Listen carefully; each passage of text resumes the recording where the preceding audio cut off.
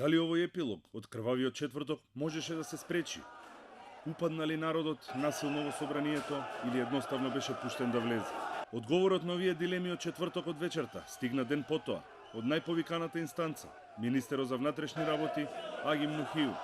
Сакам да ве известам дека и дел од структурите на Министерството за внатрешни работи не си ја завршија работата. Влегувањето во собранието се случи половина час откако новото парламентарно мнозинство го избра Талат Џафери за нов председател, а тој во пресцентарот, така наречената сала 3 во собранието, ја даваше првата изјава. Од вчера, четвртиот ден од крвавите настани, истрагата ја расчисти клучната дилема. Демонстрантите биле пуштени да влезат.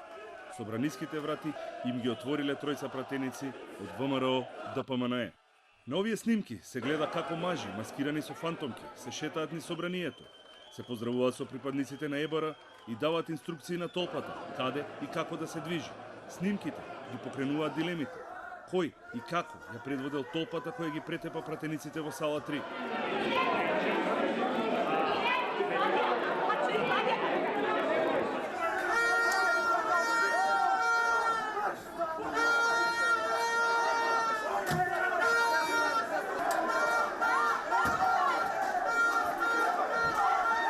Постојат најмалку две можни патеки на движење.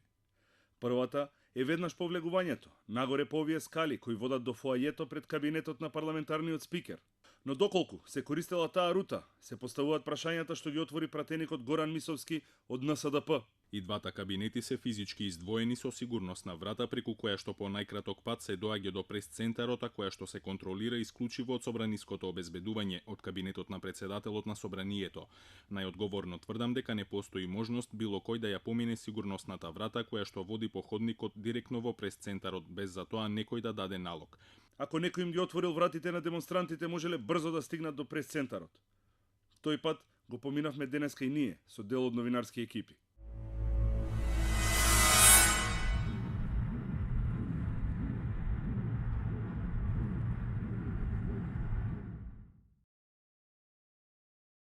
Второто можно сценарио е веднаш по влегувањето во главниот хол, демонстрантите да се упатиле лево, преку фоајето крај дебатната сала, а оттаму преку овие кружни скали.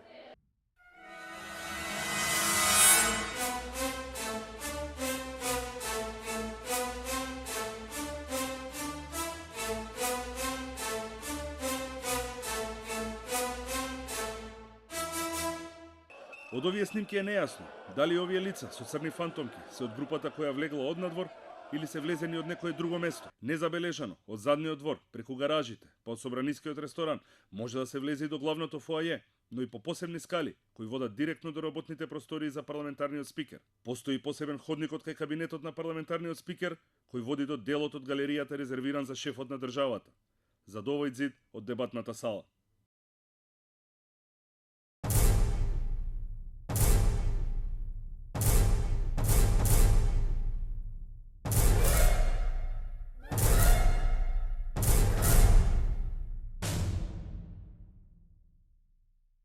На едно место две различни слики, во пленарната Славие.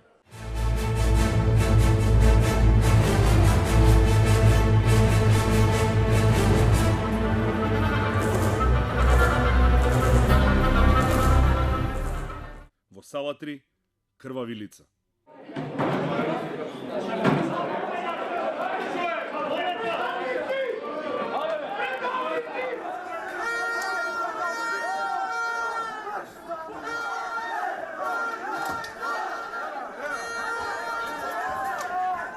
Зошто затоа и полицијата?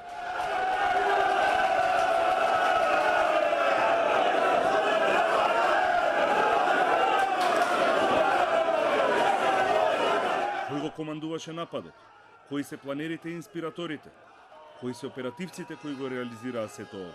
Од досега познатите детали во насилниот упад биле вклучени полициски службеници, припадници на АРМ и лица од подземјето.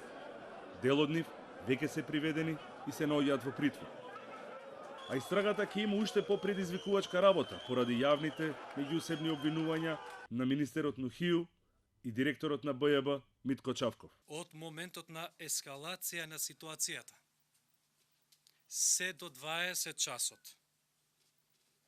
Раководителот на штабот, господинот Митко Чавков, не беше достапен за мене, иако го барав и телефонски и лично во оперативниот штаб.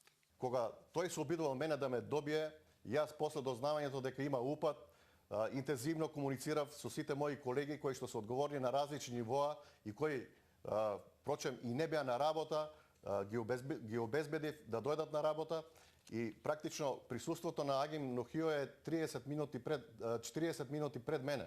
Прашање има многу. Ки има ли и одговори со конкретен правен епилог?